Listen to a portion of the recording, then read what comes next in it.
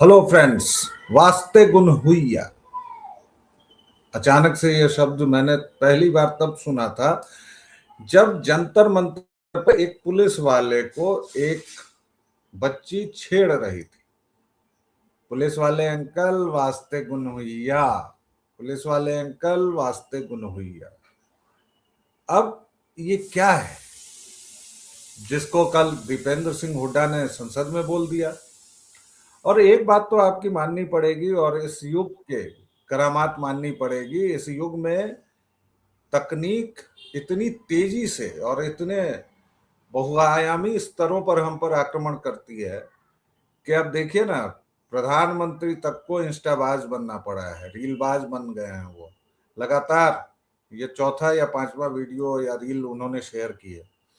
दीपेंद्र सिंह हुड्डा बिना किसी कॉन्टेक्स्ट के वास्ते गुन हुईया बोल रहे हैं। वैसे इसका कोई कॉन्टेक्स्ट है भी नहीं। और जानते हैं, इसके लिए एक बड़ा कूल शब्द मैं आपको देता हूं। बिहारियों का कूल शब्द है अथी। जो चीज अथी में है वही चीज वास्ते गुन हुईया में है। और ये गमछा राइट है ना ब्रो? यस, पूरी खदान है।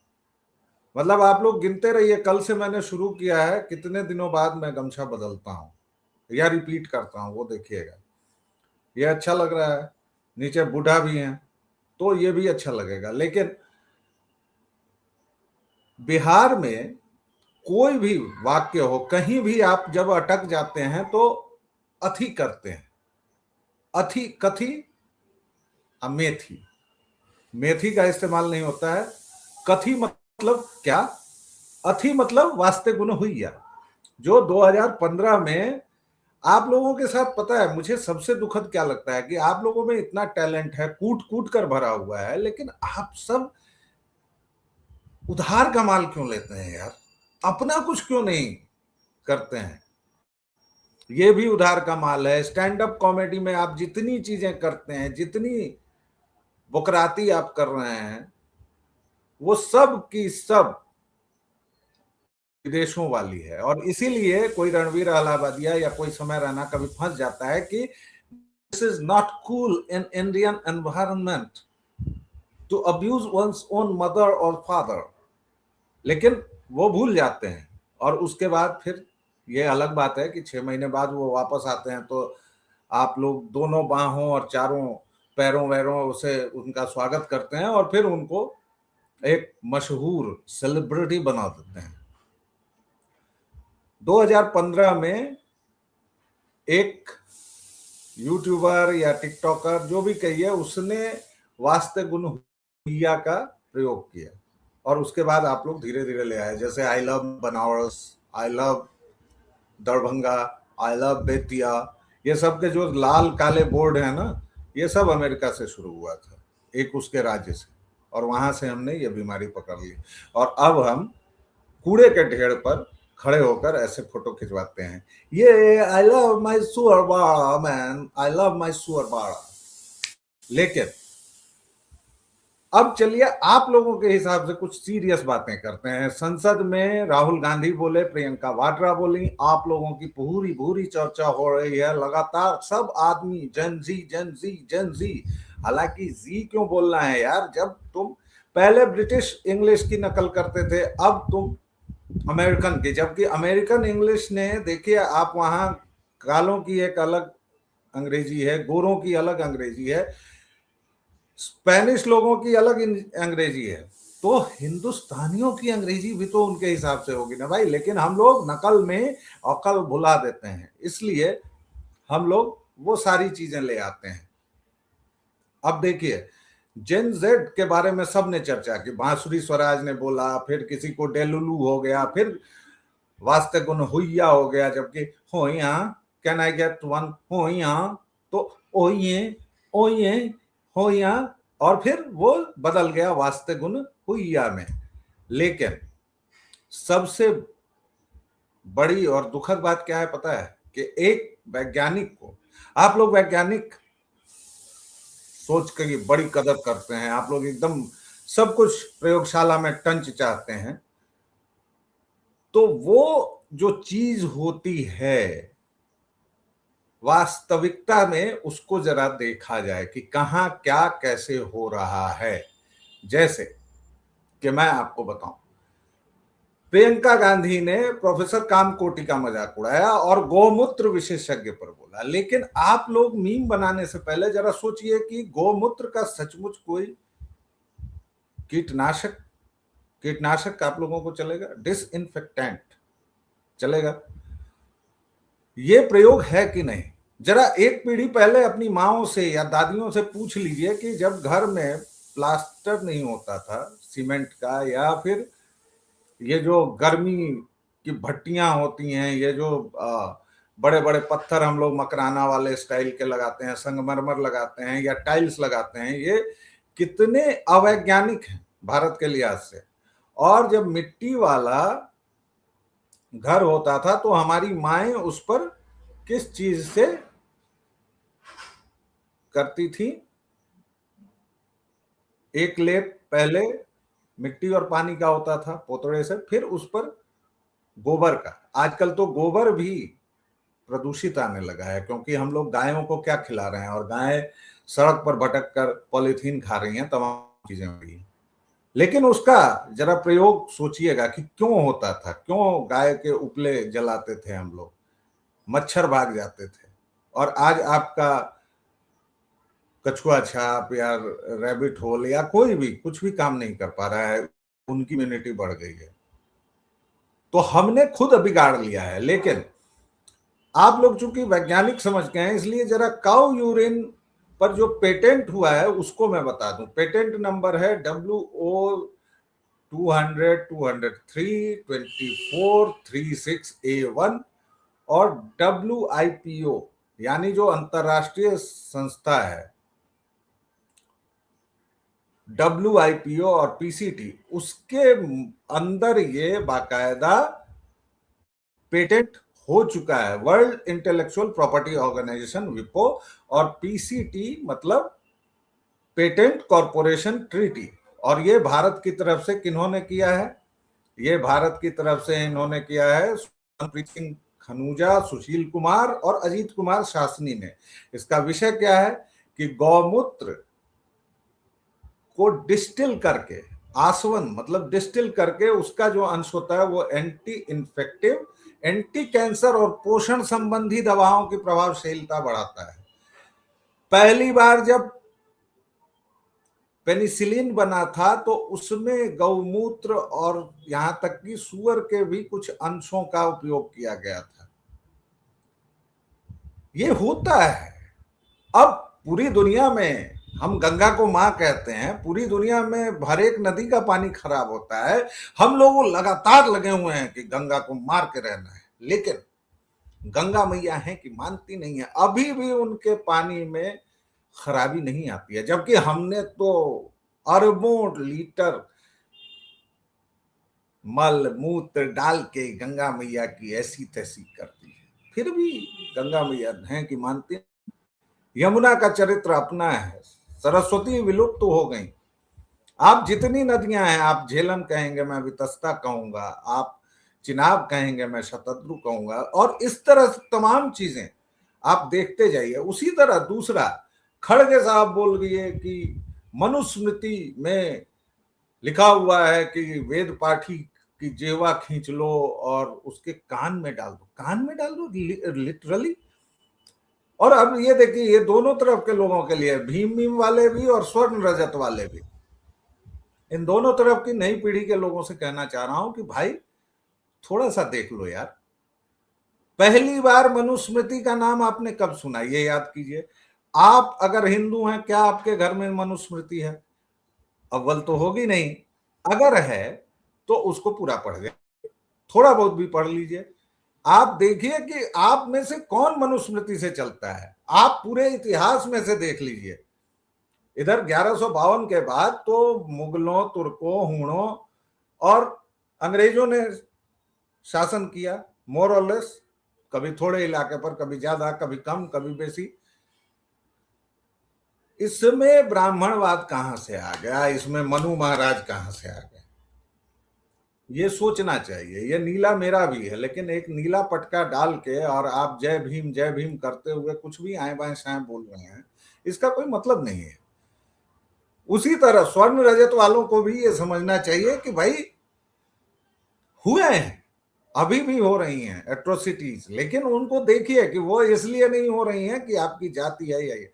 हर एक कमजोर शोषण का शिकार हो रहा है, हर एक मजबूत आदमी उसका शोषण कर रहा है। क्यों? क्योंकि ये प्राकृतिक नियम है। आप अभी देखिए SC/ST एक्ट में जितनी एट्रोसिटीज हैं, मैं अगर जाति के स्तर पर उतरूं तो ओबीसी ज्यादा कर रहे हैं। लेकिन चलिए, हमारा काम था मुख्य। और गौमूत्र पर इतने ही पेटेंट नहीं है, ये मैंने एक बताया है। उसके अलावा ICAR मतलब भारतीय Indian council for agricultural research, भारतीय कृषि अनुसंधान परिषद में देसी गौमूत्र से तैयार जैव कीटनाशक जो फसलों के कीटों और वायरस को रोकता है, उस पर पेटेंट है। उसमें श्रवण एम हल्दर हैं, आर भार्गव हैं, मुनकेश बेनीवाल है। इसके अलावा और बता देता हूं कि हर्बल गौ धूप पत्ती है, जिसमें ज्योति विद्यापीठ महिला विश्वविद्यालय जयपुर ने किया हुआ है 2020 में, डॉक्टर पंकज गर्ग हैं। तो आप केवल और केवल ही ठीठी करने से विशेषज्ञ आप नहीं बोल पा रही हैं। प्रियंका वाड्रा जी विशेषज्ञ नहीं बोल पा रही हैं, लेकिन वो मजाक जरूर उड़ा रही हैं। प्रियंका वाड्रा विशेषज्ञ नहीं बोल पा रही हैं, राहुल गांधी विश्वेश्वरैया नहीं बोल पा रहे हैं। आप उनकी नकल करना चाहते हैं, आप उनके साथ जाना चाहते हैं। अरे कम से कम पढ़े लिखे लोगों को लीजिए साथ में यार। कुछ नहीं तो चचा कलाम तो है ही अपने पूर्व राष्ट्रपति महोदय, उनकी नकल कर लीजिए, उनके जैसे बनिए। लेकिन आपको क्या बनना है? ये बनना है। अब आते हैं मनुस्मृति पर। पहली बात, मनुस्मृति क्या है? मनुस्मृति है कोड ऑफ कंडक्ट, लॉज। जो आपका आधुनिक विश्व शुरू होता है मैग्ना कार्टा से, उसके बाद विकसित होते होते और अंत में वियना संधि और तमाम संधियां होने के बाद जब संयुक्त राष्ट्र वगैरह बनता है, उस समय आप मनुष्य बनते हैं। यानी मैग्ना कार्टा से तो करीबन 11वीं शताब्दी से आपने मनुष्य बनने की शुरुआत की। अब ये स्मृति क्या होती हैं? ये स्मृतियां जो हैं वो बेसिकली कानूनी स्तंभ होते थे, और एक स्मृति नहीं है। मनु की स्मृति सबसे पुरानी है, जो कहा जाता है कि 200 ईसा पूर्व से 200 ईस्वी तक, यानी 400 वर्षों में उसका कालखंड आपके इतिहासवेत्ता रोमिला आंटी टाइप के लोग निर्धारित करते हैं। मैं नहीं कर रहा हूं, क्योंकि हमारे लिए तो हमारी सभ्यता बहुत पुरानी है। लेकिन फिर भी आप अगर यही मानना चाह रहे हैं तो यही मान लीजिए। अब स्मृतियां हैं कितनी?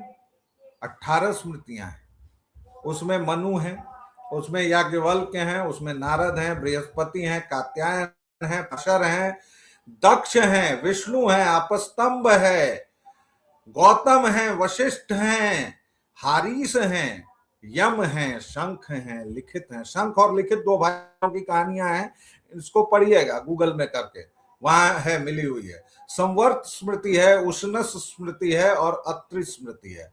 और इसमें से हर एक अलग अलग, मतलब भारतीय जीवन शैली कितनी उच्च स्तर की रही होगी कि सोचिए हर एक चीज के लिए। जैसे मैं 2-4 उदाहरण देता हूं। मनुस्मृति में वर्ण व्यवस्था, विवाह, उत्तराधिकार, राजकर्म, न्याय और मोक्ष सबका विवेचना है। याज्ञवल्क्य मनु से अधिक व्यवस्थित हैं, उसमें न्याय शास्त्र और उत्तराधिकार के नियमों में स्पष्टता है। नारद स्मृति पूरी न्यायिक प्रक्रिया पर केंद्रित है। बृहस्पति स्मृति दंड और न्याय पर बल देती है। कात्यायन स्मृति विधि और प्रशासन पर है, लीगैलिटीज एंड एडमिनिस्ट्रेशन, खास तौर से साक्ष्य और दस्तावेजी जितने प्रमाण पत्र हैं। पाराशर स्मृति, विष्णु स्मृति धार्मिक अनुष्ठान और सामाजिक नियम पर देती है। आपस्तंभ स्मृति गृहस्थ और सामाजिक आचार, विवाह और दैनिक जीवन के नियम है। गौतम स्मृति धर्म सूत्र परंपरा से जुड़ी हुई है। वशिष्ठ स्मृति धार्मिक आचार और प्रायश्चित है। दक्ष स्मृति यज्ञ और अनुष्ठान।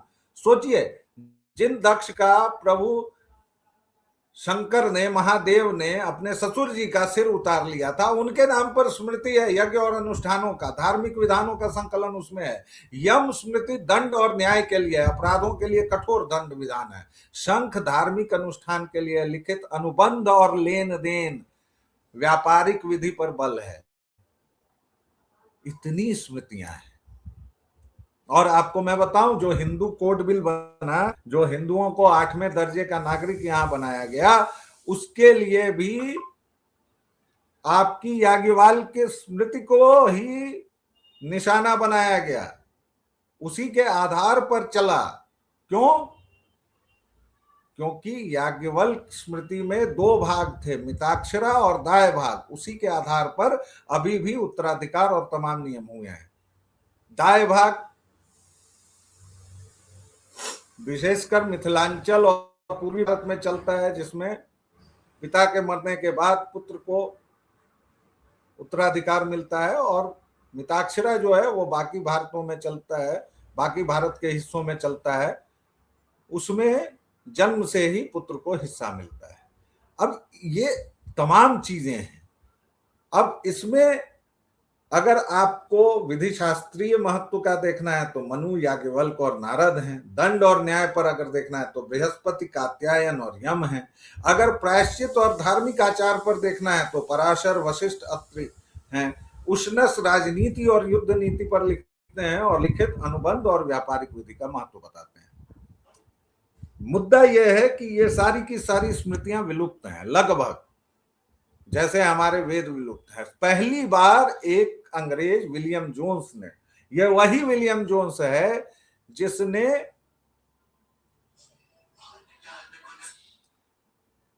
तमाम तरह के